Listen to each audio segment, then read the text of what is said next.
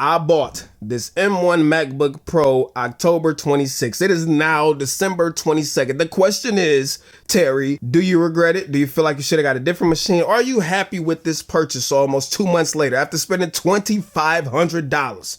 Let's talk about it. What's up, y'all? Tight Shirt Terry Warford. I hope you're having a fantastic day. Now, I've made a bunch of videos about this M1 Pro MacBook Pro already. Just to kind of preface what we're talking about, I have the 14.2-inch M1 Pro, $2,500, 10-core CPU, 16-core GPU, 1 terabyte internal SSD, 16 gigabytes of RAM, $2,500 freaking dollars. Yes, it hurt to buy this machine. As you see, I'm rocking it naked right now with no case. I have been using the $20 case off of Amazon, which I put a separate video up about that, but I took it off for this video. I use it for pretty much everything. I'm a heavy video editor. I use a lot of effects from motion VFX and, overlays and stuff like that, which if you into graphics and all of that and, tracking and all of that stuff, if you use DaVinci or Final Cut Pro, definitely check out the link below for motion VFX stuff. It's all I use in all of my videos, social media plugins, all of that stuff, all for motion VFX. But I use it for heavy video editing, a lot of photo editing. I use it for all of my work, all of my admin stuff. I use it for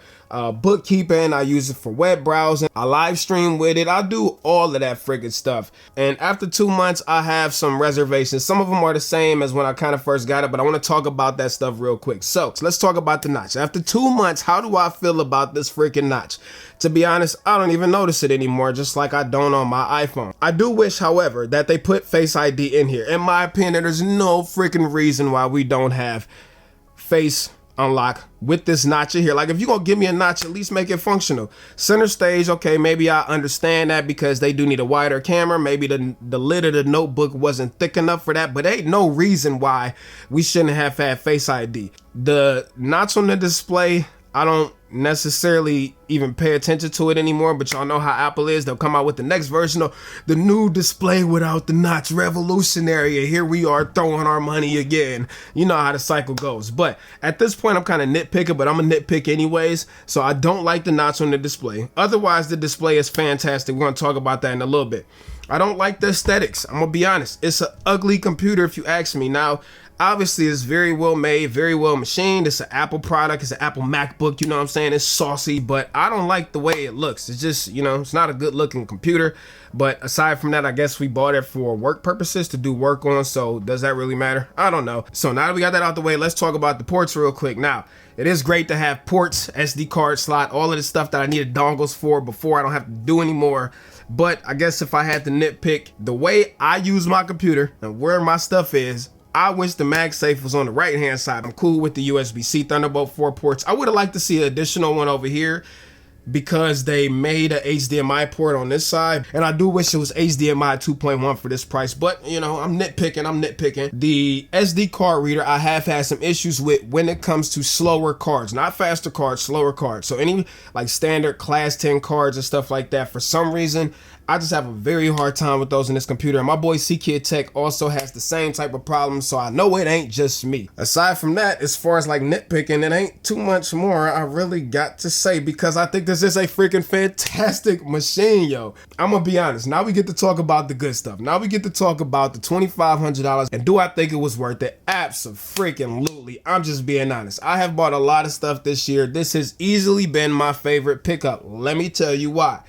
So this is the first machine I've ever used, ever owned that could keep up with my workflow. This machine has changed my life because I use it so much. It's so amazing to finally have a machine that can keep up with my every keystroke when I'm editing. I don't even have to use background rendering no more in Final Cut Pro. There's never a wait for anything. The speed is unmatched. I've done stress tests. I've thrown everything that I could throw at it in my use case, and it just handles it. It's like, get that little weak stuff out of here. Now, I got the mid-tier M1 Pro. I know people with the base model M1 Pro that have said the same things. And I know people with the M1 Max that have said the same freaking things. What Apple did with these computers speed-wise is simply ridiculous. Let's talk about battery life. Now, I kind of gave y'all some mixed opinions in previous videos about battery life.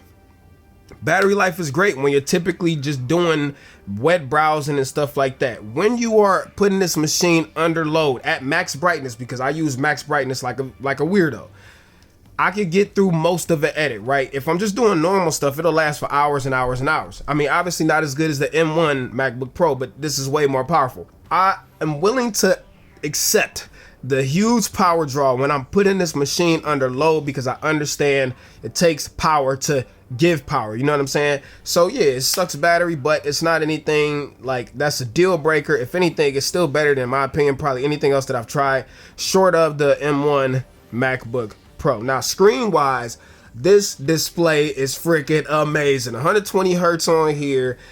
It gets extra bright. This is the only screen that I will edit on when it comes to color grade. Now, of course, when I want to plug it up to my big monitor to do my timeline cuts and organize everything, yeah. But when it comes to color grading, this is the screen that I trust, that I use for every single video, because it is dead accurate and it's literally just a pleasure to look at. HDR looks amazing. To pair with that, the speakers on a 14.2 inch, freaking amazing. I'm sure the 16 inch is even better, which let me just talk about the size real quick. Did the size, is it a big deal to me? I made a whole video about that, but in short, I prefer to have a smaller footprint machine because I am always on the go. I would rather have a smaller machine that I can plug up to a monitor and run a monitor with no problem when I need to, versus having to always lug around a 16-inch laptop. But when I'm editing on this thing, like, I don't feel like I'm restricted. On the M1 MacBook Pro, I felt restricted by that screen. This one, even though it's only slightly bigger, it is considerably more real estate to work with. So, you know, I don't really find the screen size to be a problem. The screen, the keyboard, the trackpad, the fingerprint sensor is nice and responsive. It's big, it's easy to put your finger on, bow. Charges super fast, the battery life is great, the screen is great. It's just so much freaking sauce that Apple has put into these new computers. So let's just circle back around to answer the question. 2 months later, Terry, how you feeling? You feel like you should have bought a different machine?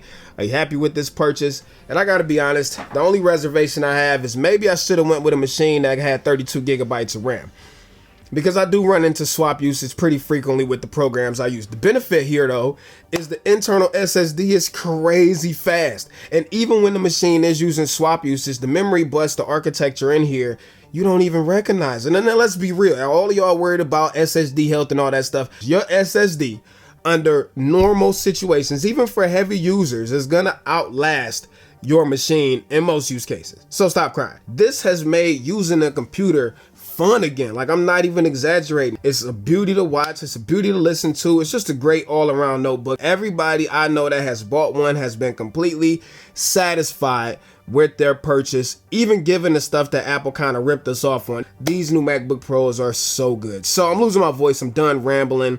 Let me know what y'all think. If you agree, if you disagree, which one did you get? Think about getting one. I don't know. Talk to me. I'm going to be down there in the comments with y'all. I'm out of here. Till next time. Peace and shit, grease, Terry Warfield. Peace.